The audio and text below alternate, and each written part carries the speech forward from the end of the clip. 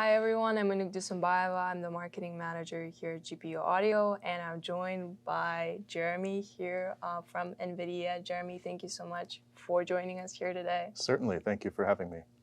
So let's start by talking a little bit about your journey. I know you've done everything from 3D applications to AI solutions. You've had numerous businesses in all various fields. So yeah, please tell us a little bit about yourself. Certainly. So, I started studying graphics, animation, and audio and video production, and moved through a number of different industries, video game industry amongst others. Now, what I'm doing is I'm working for NVIDIA, helping partners to look at our technologies, adopt them, and to really get the most out of both the software and the hardware that we've developed. And let's start by talking a little bit about innovation and what drives innovation at NVIDIA, and how do you stay adaptive to the technologies and everything that's coming in? Yeah, I would say that almost everything at NVIDIA is really driven towards innovation. So both in terms of the structure of the organization and in terms of the types of challenges that we pick up. So mostly what we focus on is we focus on those problems that are very difficult to solve. And so, things that require a huge amount of compute, things that really require a ton of research to really kind of break through barriers. And really, by developing those technologies, our goal is to be able to provide those capabilities to our partners so that they can build on top of them and really allow them to achieve their goals and vision for what they're trying to deliver to their users. And what are some of those problems? So, what do you currently see? Yeah, so there's so many out there. I mean, NVIDIA has done a lot of focus in many areas, including autonomous vehicles, in medical research, in things like climate change. So, what we often do is we look at what researchers are doing, and we try to enable them to do that in much greater detail at a much grander scale. So, for example, right now there's a huge push within the organization to really simulate the Earth and all of the microclimates and all of the capabilities of being able to understand the way that the climate works. And so this is just one example. There are many that we focus on, and one of the huge focuses for NVIDIA is really on artificial intelligence. And this is something that applies to almost every space, really allowing us to use systems that have enormous compute to help us to solve problems. And if we're talking artificial intelligence in audio, of course, there are so many different applications for it, but what are some applications that you're excited to see? Oh, I see a lot of really interesting things being done. Here at NAMM, one of the things that I'm seeing a lot of is using AI for doing audio segmentation. So this we can take, a mix and really separate it into its individual components.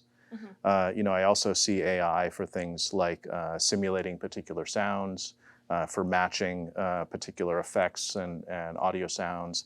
Also, there's a lot of application around using the compute to be able to do things like volumetric audio.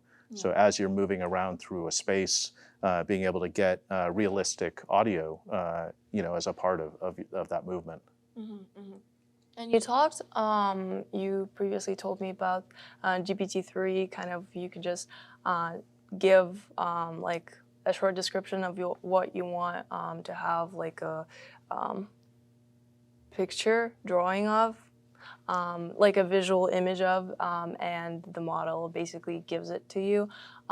Do you think that can be applied to sound? And I'm sure it can be. How do you see that kind of continuing? I think there's some really interesting stuff that's happening in generative content. So already we've seen that AI has been applied to compose pieces of music. So I can see a lot of different applications for AI research in a lot of spaces of sound, whether it's generating audio, whether it's creating new instruments, whether it's helping composers to be more efficient in focusing on what they're trying to do creatively rather than a lot of the mechanics. So AI can really be a sort of an assistant to you in driving towards your goals, so that you can really focus on those areas that are most important, which is really the creativity and the story that you're trying to tell. So let's talk about the creativity and how AI is going to be taking on some of the more, I would say, not tedious tasks, but I can't come up with any other word right now. But yeah, so it really allows for the artist to focus on his music, on his creative process, how he comes up with everything.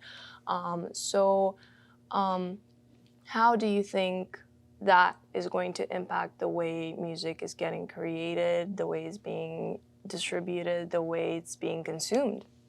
Well, I think that it can really enable creatives to be much more flexible in what they're creating. So, for example, if you're an amazing piano player but you don't play any guitar, AI can help to adapt pieces that you're composing into the guitar parts, and allow you to apply particular styles and such in order to achieve the result that you're looking for. So ultimately, I think that this is about people realizing their vision, and having a variety of tools to be able to do that. AI can really step in and really very quickly get you to a result that you're looking for, and then you can bring in other people to help you to make that what you want it to be, in a live show or something like that. And it opens up a lot of opportunities for collaboration too. It really does, not just AI, but also in being able to run things in the cloud, Yeah. being able to collaborate real time and to create, maybe you make a band where every participant in the band is on a different continent, right? I know, that would be so cool. Yeah, I think it really enables connections around the world, and I think that's something that music has always done, and something that's a really important part of what it can enable.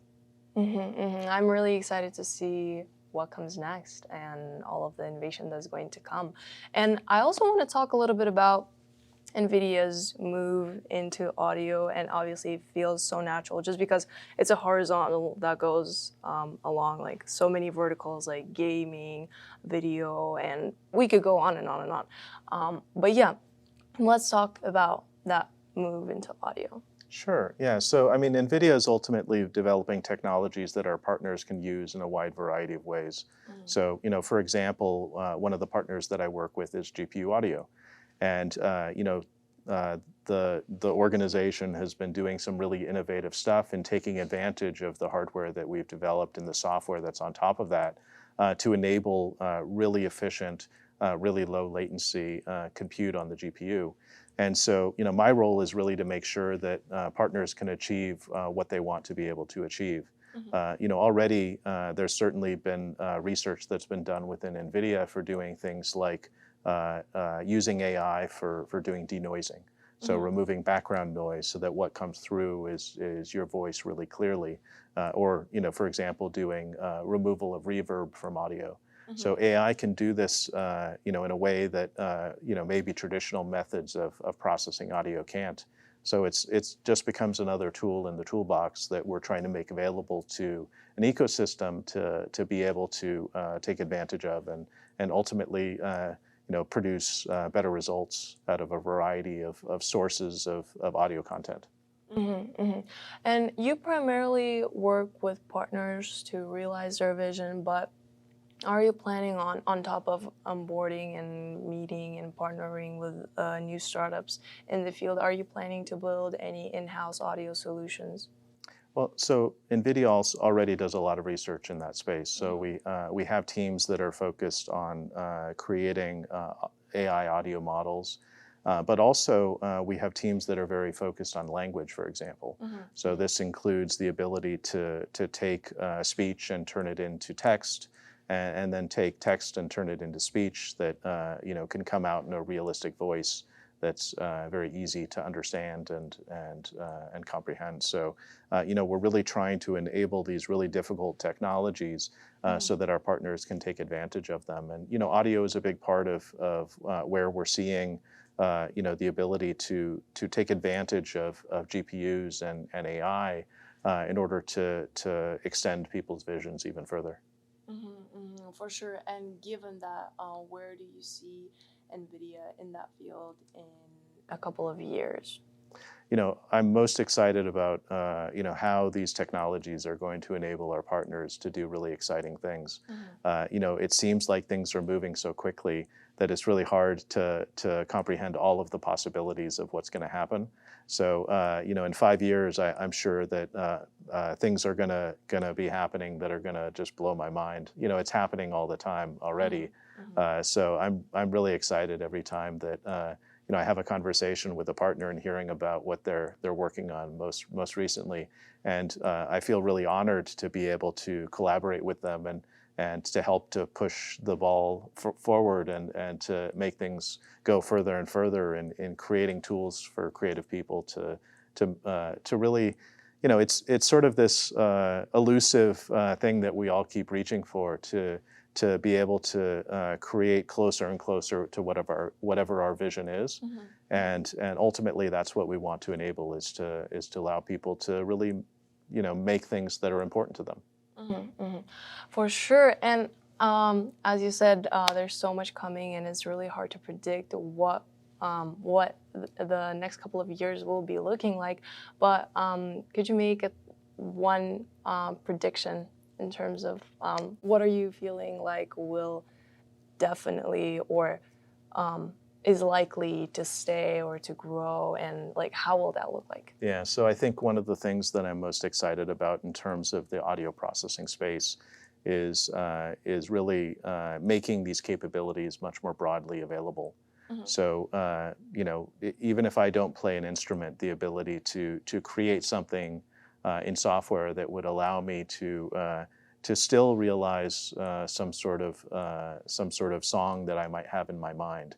So maybe I'm singing the parts in, and they're being converted to guitars and drums and piano, but giving me the ability to use what I have and my creativity, not on some sort of crazy expensive studio, but maybe it's just on my home computer, or maybe it's just using my phone in the cloud to be able to create a song that I want to create.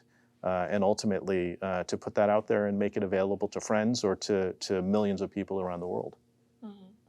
Yeah, I feel like accessibility is definitely a big factor. I mean, it already is here. It's like the technologies are much more accessible than they were even 10 years ago. But that will be scaling very, very fast in coming years. I expect that it will. I mean, I think people have this like a really important connection to the music that they love, and the ability for them to be a part of the creative process and to ultimately make everyone a creator, I think is something that's going to be really exciting for the future.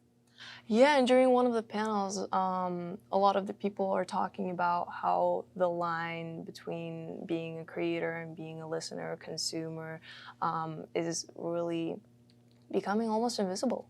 It is. I mean, I think we already see that with people that are posting, clips on TikTok and such. So, anyone with a phone can become a movie maker, right? Yeah. And so, I think that there's a lot of organizations that are sort of targeting, people to allow them not just to quickly shoot a video of themselves with their phone, but then to take another step to really sort of turn it into what they really want it to be.